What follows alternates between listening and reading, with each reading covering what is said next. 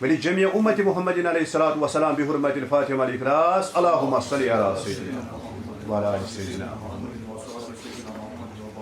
بسم الله الرحمن الرحيم الحمد لله رب العالمين الرحمن الرحيم مالك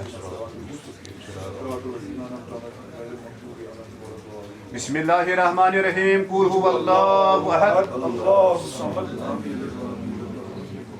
قبر عذاب نش نجات قبر اندھیری نش نجات رب العالمین خدا قبر سختی نش نجات ناہ من رب العالمین خدا ول پنہ رحمت سے مشرف تھزک بشرف دیدار یا نورن تو نورن مز کرجک جائے یا کروٹ کرجک جنت نصیب من جم تراون آئے سو قبر بنجک جنت کیو باغو مزار روحس کرجک راحت عطا قبر کرجک وسعت رب حساب کرجک سہل تا آسان یم صاحب خطے یا دنیا مز روی گئی تمن سارے کرو مغفرت رب سانن گنہن تہ کر مغفرت صغیرہ کبیرہ گناہ کر معاف یا رب العالمین خدا سانن ارواحن کر مغفرت لا الہ الا اللہ محمد رسول اللہ صلی اللہ علیہ وسلم. جی یہ اس کا نام ہے اعجاز احمد بٹ سن آف غلام رسول بٹ اور وہ یہ گنگل بارہمولہ کے رہنے والے ہیں. تو یہ اصل میں میرے پاس 2 مہینے سے ادھر ہے 2 مہینے سے میرے پاس رینٹ پہ رہتی ہے. تو اس کے بعد یہ آرام سے بیٹھے تھے میرے پاس ایک دم.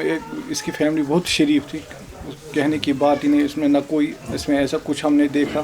ایک دم آرام سے بیٹھے تھے. اس کی جو وائف ہے وہ پریگننٹ تھی. اس نے ڈلیوری ادھر ہی دی. تو ڈلیوری کے بعد اس کو یہ 28 ڈیز ہوئے تھے. ابھی بچی کا نام بھی نہیں انہوں نے کیا. مجھے رونا آتا ہے.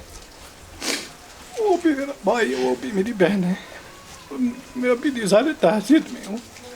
تو جب اس کو کل شام کو میرے کو کال آ گئی انہوں نے بولا چھوٹی کر کے اس کی 1 سال ہی تھی. اس نے مجھے فون کیا بولا مختار بھائی آپ مجھے بتائیے. وہ میرا اعجاز بھائی ہمارا فون نہیں اٹھا رہا. اس کی ماما پریشان ہے. ادھر گیس سلنڈر ایک پڑا تھا وہی چل رہا تھا. سفیکیشن انہوں نے ہو گیا. تو جب 28 ڈیز کی وہ بچی تھی اسی کی وجہ سے انہوں نے پورا چاروں سائڈ وینٹیلیشن بند کیا ہوا تھا. تو وینٹیلیشن کی وجہ سے ان کو سفیکیشن ہوئی تھی. تو سیدھا پتہ لگا 99% ان کو شام کو پولیس کو ادھر نہ لائٹ وائٹ کچھ ایسا نہیں تھا. تو خالی موقع پہ بلاور ایک دیکھ لیا وہ کہ بلاور چل نہیں رہا تھا. باقی یہ گیس کی وجہ سے سفیکیشن ہوئی. انفارچونیٹ انسیڈنٹ ہے. یہ لوگ گزر گئے. 5 انسان ایک ہی گھر کے اگر مر جائیں تو اس گھر پہ کیا بیتے گی, ان کے لواحقین پہ کیا بیتے گی, کیسا یہ ایموشنل ٹراما ہوگا. ایون آپ نے ان سے بات کی جو ان کے لینڈ لارڈز تھے, دے آر ایموشنلی شیٹرڈ. اس میں ایک 28 دن کا بچہ بھی تھا. تو یہ ایک افسوس کا مقام ہے.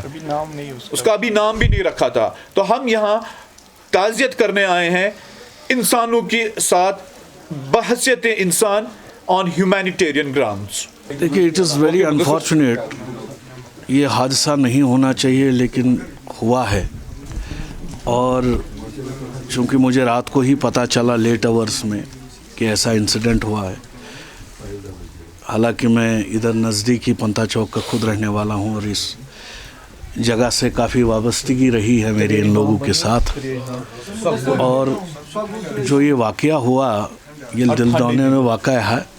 اور ان کے جو باقی فیملیز ہے چونکہ سننے میں آیا بارہمولہ سے ہے لیکن کل ملا کے اس دنیا سے رخصت انسان ہوئے. اور انسانی فرض اور اللہ تعالیٰ کو حکم بھی ہے کہ تعزیت پہ جانا چاہیے اور ان کے حوصلہ افزائی کرنی چاہیے. چونکہ یہ رینٹ پہ یہاں تھے تو اس لیے بھائی صاحب کے گھر پہ ہم آئے. اور جیسے ڈاکٹر صاحب نے بھی ابھی کہا چونکہ ہمارے پریزیڈنٹ پردیش کانگریس کمیٹی کی طارق حمید کرا صاحب وہ اکثر بیشتر چونکہ ان کا جموں اور پورے کشمیر کا اور پورے اس کا یوٹی کا دورہ کرنا پڑتا ہے اور دلی میں بھی رہنا پڑتا ہے. تو خصوصاً ان کی ڈائریکشن پہ as a general secretary organisation مجھے اسائن کیا گیا طارق حمید کرا صاحب نے کہ آپ جائیے وہاں اور ان سے تعزیت کریے اپنی پارٹی کی طرف سے بھی اپنے سینئر لیڈروں کی طرف سے بھی. اور ہم ان کے دکھ میں شامل ہیں. اور جہاں تک انسیڈنٹ کا یہ سوال ہے میں نے کہیں پر بھی اس سے پہلے بھی کہیں کہا تھا کہ جو ایک سردیوں میں جو واقعہ ہو رہے ہیں پریکاشنز لینا چاہیے. ایسے